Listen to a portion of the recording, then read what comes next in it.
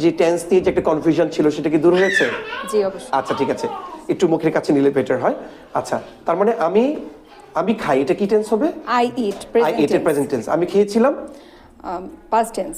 আচ্ছা আমি খেয়েছি কি tense? Present Present tense. tense। কেন খেয়েছি প্রেজেন্ট টেন্স? কারণ এখানে ল ম বনি। আমি খাবো, এটা কি tense? Future tense. Future tense. তার মানে ল এবং ম থাকলে কি হবে? Past tense. ফার্স্ট টেন্স হবে। আর যদি ব থাকে? Future tense. আর যদি লম্ব না থাকে? Present tense. ওকে, অসংখ্য ধন্যবাদ।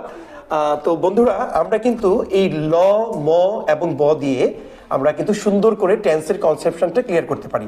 আর যেহেতু আমাদের স্পিকিং এর মধ্যে ডালনেস আছে, জড়তা আছে, এই জড়তা দূর করার জন্য ইন এভরিডে আমরা নতুন একটা ভার্ব নিয়ে আমরা 12 প্রকারের যখন যদি আমরা বলতে পারি, তাহলে আমাদের জড়তা নিশ্চয়ই দূর হয়ে যাবে।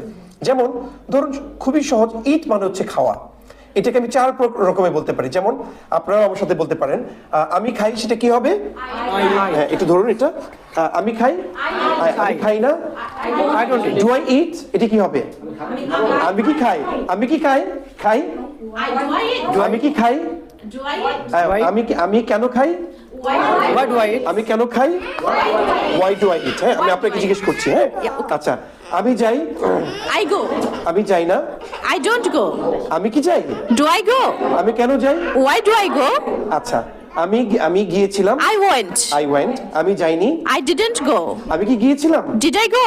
আমি কেন গিয়েছিলাম? Why did I go? Wow. আচ্ছা, আমি যাব। I'll go. আমি যাব না। I won't go.